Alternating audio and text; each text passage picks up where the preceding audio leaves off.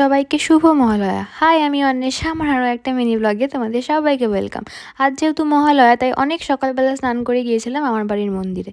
তারপরেই ঝটপট রেডি হয়ে বেরিয়ে পড়েছিলাম। কোথায় যাচ্ছি? গিয়েছিলাম আদ্যাপীঠ।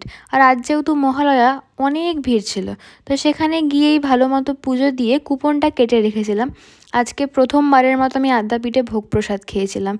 এর আগে আমি কোনোদিনও খাইনি, তবে আমার মা খেয়েছিল।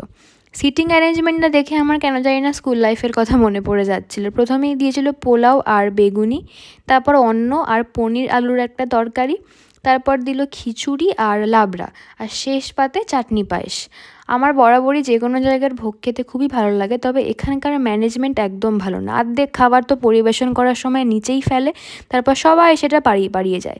তারপর বালির ব্রিজ ক্রস করে গিয়েছিলাম হাওড়ার রাঙ্গুলি মলে টুকটাক কিছু শপিং করতে। গিয়েই এত গরমে আমরা আইসক্রিম খেয়ে নিয়েছিলাম, তাও ম্যাঙ্গো ফ্লেভারের।